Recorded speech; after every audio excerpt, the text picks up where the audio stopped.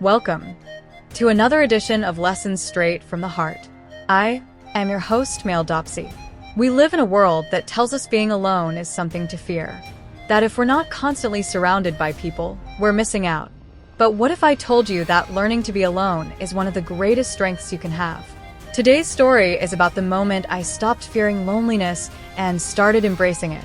I used to think being alone meant something was wrong with me. I filled every moment with noise, friends, social media, parties. If I was alone, even for a second, I'd feel this overwhelming emptiness. So I did everything I could to avoid it. But no matter how many people were around me, the feeling never really went away. One night, I was at a party surrounded by people laughing, dancing, talking. On the outside, I looked like I was having the time of my life. But inside, I felt like I didn't belong. Like I was playing a role I didn't recognize anymore. I left early, walked home alone, and for the first time, I let myself sit in silence. No music, no distractions. Just me with my thoughts. And that's when it hit me. Maybe the fear wasn't about being alone. Maybe it was about facing myself. That night, I started doing something different. Instead of running from solitude, I leaned into it. I went on walks alone. I sat in cafes without my phone. I wrote in a journal just for myself. And slowly, something changed.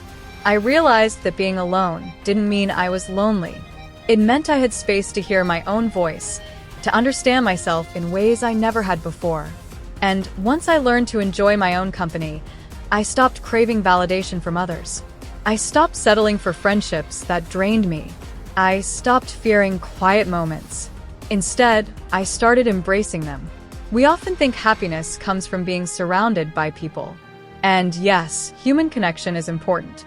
But real happiness starts from within.